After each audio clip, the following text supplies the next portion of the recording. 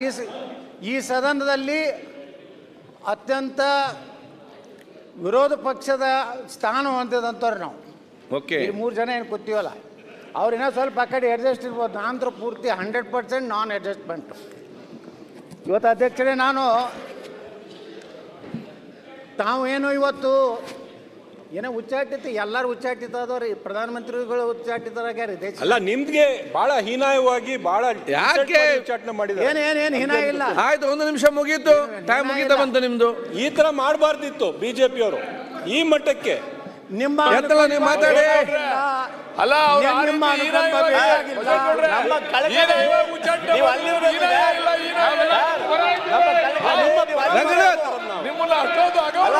ಯಾಕೆ ನೀವು ಮಾತಾಡ್ತೀರ ಅವ್ರಿಗೆ?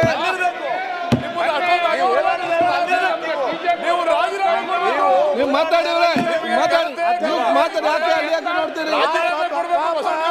ನೀವು ಮಾತಾಡಿ. ನಮ್ಮ ವಾಲ್ಮೀಕಿ ಜನಾಂಗದ ರಾಜಣ್ಣ ಅವರಿಗೆ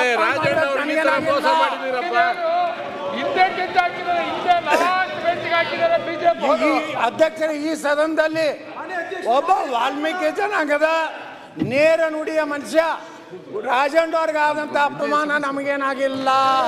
ಅಲ್ಲ, ನಿಮ್ಗೆ ಮಾಡಿರೋದು ಅಪಮಾನ ಬಿಟ್ರೆ ಉಚ್ಚಾಟನೆ ಮಾಡಿದ್ದೀರಿ.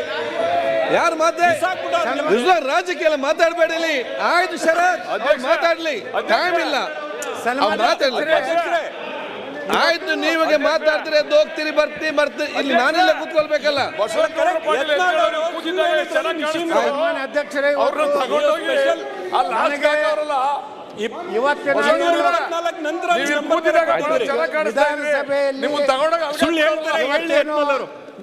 ಚರ್ಚೆಗೆ ಈ ಅಭಿವೃದ್ಧಿ ದೃಷ್ಟಿಯಿಂದ, ಕರ್ನಾಟಕದ ಅಭಿವೃದ್ಧಿ ದೃಷ್ಟಿಯಿಂದ ಚರ್ಚೆ ಮಾಡಲಿಕ್ಕೆ ಅವಕಾಶ ಕೊಟ್ಟಿದ್ದಕ್ಕೆ ತಮಗೆ ಧನ್ಯವಾದಗಳು. ಅಧ್ಯಕ್ಷರೇ, ಈಗ ಸಾಕಷ್ಟು ಈ ಅನುದಾನ ಬಗ್ಗೆ ಚರ್ಚೆ ನಡೀತಾ ಇದೆ. ಆಡಳಿತ ಪಕ್ಷದವರಿಗೆ ಹೆಚ್ಚು ಕೊಟ್ಟಿದ್ದಾರೆ, ನಮಗೆ ಕಡಿಮೆ ಕೊಟ್ಟಿದ್ದಾರೆ ಅಂತೇಳಿ. ನನ್ನ ಅನುಭವದ ಪ್ರಕಾರ ಈ ರಾಜ್ಯದಲ್ಲಿ ಯಾವ ಮುಖ್ಯಮಂತ್ರಿಗಳು, ಯಾವ ಆಡಳಿತ ಪಕ್ಷದವರು ಎಲ್ಲರಿಗೆ ಸಮಾನವಾಗಿ ಕೊಟ್ಟಂಥ ಉದಾಹರಣೆ ಒಂದೂ ಇಲ್ಲ. ಇದನ್ನು ಯಾಕೆ ಹೇಳ್ತಾ ಇದ್ದೇನೆಂದರೆ, ನಮ್ಮ ಸರ್ಕಾರ ಇದ್ದಾಗೂ ಹಾಗೆ ಮಾಡಿದ್ದಾರೆ. ಆದರೆ ನಾನು BJPಯವರು ಮಾಡಿದ್ದಾರೆ, ಅದಕ್ಕೆ ನಾವು ಹಿಂಗೆ ಮಾಡ್ತೀವೋ ಅಂತ ನಿಮ್ಮ ನಿಲುವನ್ನು ನಾನು ತೀವ್ರವಾಗಿ ಖಂಡಿಸುತ್ತೇನೆ. ಯಾಕಂದರೆ ಒಬ್ಬ ರಾಜ್ಯದ ಮುಖ್ಯಮಂತ್ರಿಗಳು, ಅಧ್ಯಕ್ಷರೇ, ಇವತ್ತು ನಾನು ನನ್ನ ಮತಕ್ಷೇತ್ರದ ಫುಟ್ಪಾತ್ ಬಗ್ಗೆ ಮಾತಾಡೋದಿಲ್ಲ, ರಸ್ತೆ ಬಗ್ಗೆ ಮಾತಾಡೋದಿಲ್ಲ. ಏನೋ ಅತಿ ಪ್ರವಾಹ ಯಾವಾಗಲೂ ಯಾವ ಸರ್ಕಾರ ಇದ್ದರೂ ಬಂದಿದೆ, ಬರಗಾಲ ಯಾವಾಗಲೂ ಬಿದ್ದದ. ಆಯಾ ಕಾಲದಿದ್ದ ಸರ್ಕಾರ ಎಷ್ಟು ಕೆಲಸ ಮಾಡ್ಯಾರ ಅನ್ನೋದು ರಾಜ್ಯ ಜನರಿಗೆ ಗೊತ್ತಿದೆ.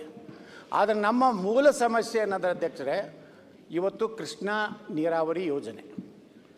ನಾವೇನಾದ್ರು ಉತ್ತರ ಕರ್ನಾಟಕದವ್ರು ಅಭಿವೃದ್ಧಿ ಆಗಬೇಕಾದ್ರೆ, ನಮಗೂ ದಕ್ಷಿಣ ಭಾಗದ ಕರ್ನಾಟಕದ ಜನರಂಗೆ ಉತ್ತರ ಕರ್ನಾಟಕದ ಜನರು ನೆಮ್ಮದಿಯಿಂದಿರಬೇಕಾದ್ರೆ, ಅವರು ಸ್ವಾವಲಂಬಿಗಳಾಗಬೇಕಾದ್ರೆ, ಇವತ್ತು ಕೃಷ್ಣಾ ಯೋಜನೆಗಳೇನದಾವೆ, ಕೃಷ್ಣಾ ಕಣಿವೆ ಯೋಜನೆಗಳು, ಇದು ಭಾಳ ಪ್ರಮುಖವಾದಂಥ ಅಧ್ಯಕ್ಷರೇ. ಇವತ್ತು 1964ರಲ್ಲಿ ದಿವಂಗತ ಲಾಲ್ ಬಹದ್ದೂರ್ ಶಾಸ್ತ್ರಿ ಶಿಲಾನ್ಯಾಸ ಮಾಡಿದ್ರು.